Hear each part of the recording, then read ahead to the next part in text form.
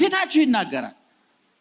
አረ አንቺ 40 ዓመቴ ነው ስትይ አረ ታይ 60 ነው ይላል። እዚህ ጋር በየፍታውነታችን እድሜ ያጋልጣል ማለት ነው። ዘመን እግዚአብሔር ግን በግልባጩ ዘመን በበዛ ጊዜ በገዛ ቁጥር በበዛ እያደር የሚጣፍጥ ነው።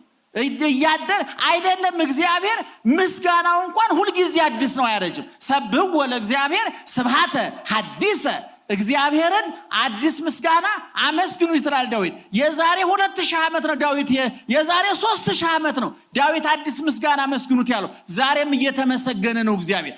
እግዚአብሔር በምርጫ አይሸነፍም። እግዚአብሔር መፈንቅለ መንግስት አያሰጋውም። እግዚአብሔር ምትክ የለው።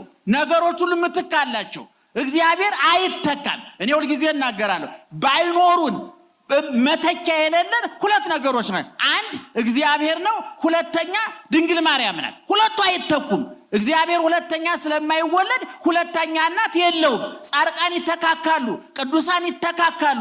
እኛ ትጥቅ ፈተን ሐሞታችን ፈሶ ወኔ ከርቶን እጅ ለሰይጣን ለዓለም ለስጋ እጅ ሰተን ነው እንጂ ጊዮርጊስ ማለት የሚተካ ነው። አርሴማ ማለት የምትተካ ናት። ተክለ ሃይማኖት የሚተኩ ናቸው። የድሮ ተክለ ሃይማኖት አሁን ሌላ ተክለ ሃይማኖት ሊመጣ ይችላል። ሌላ ጊዮርጊስ ሊመጣ ሌላ እግዚአብሔር ወላድ ነው። ቤተክርስቲያን ወላድ ናት። በየዘመኑ ተወልዳለች። የማይተኩት ሁለት አካላት ናቸው። ነግሬያቸዋለሁ አይደለም? እግዚአብሔር አይተካም፣ ድንግል ማርያም አትተካም። እግዚአብሔር ሁለተኛ ስለማይወለድ ማለት። ስለዚህ ብሉይ ኪዳን ማለት ያረጀ የተበላሸ ያፈጀበት ማለት አይደለም።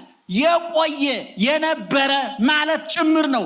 ስለዚህ መጽሐፉ ምን ይባላል? ቅድም እንደነገርኳችሁ ብሉይ ኪዳን ይባላል። የቆየው ቃል ኪዳን፣ ያለፈው ቃል ኪዳን፣ በዛኛው ዘመን የነበረ ሰው እግዚአብሔር ከሰው ጋራ ሰውን ለማስተዳደር የገባው ውል፣ የገባው ሰነድ፣ የገባው ቃል ኪዳን ብሉይ ኪዳን ይባላል መጽሐፉ። ዘመኑ ደግሞ ምን ይባላል ብያችኋለሁ? ዘመነ ብሉይ ይባላል።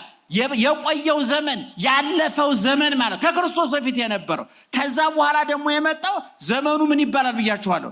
ዘመነ ሐዲስ ይባላል። አዲሱ ዘመን ሁሉ ነገር የተለወጠበት፣ የጥሉ ግድግዳ የፈረሰበት፣ የለያየን መጋረጃ የተቀደደበት፣ ሰው ወደ ቀደመ ክብሩ ወደ እግዚአብሔር ልጅነት፣ ወደ ቀደመ ርስቱ ወደ ገነት፣ ወደ ቀደመ አባቱ ወደ እግዚአብሔር የተመለሰበት፣ እግዚአብሔር ተጣልቶን እግዚአብሔር የታረቀብን፣ እሱ ተበድሎ እሱ ክሶ እርቅ የተፈጸመበት፣ በቅዱሳን በነቢያት ክርስቶስ እግዚአብሔር አድሮባቸው ይኖር ነበር።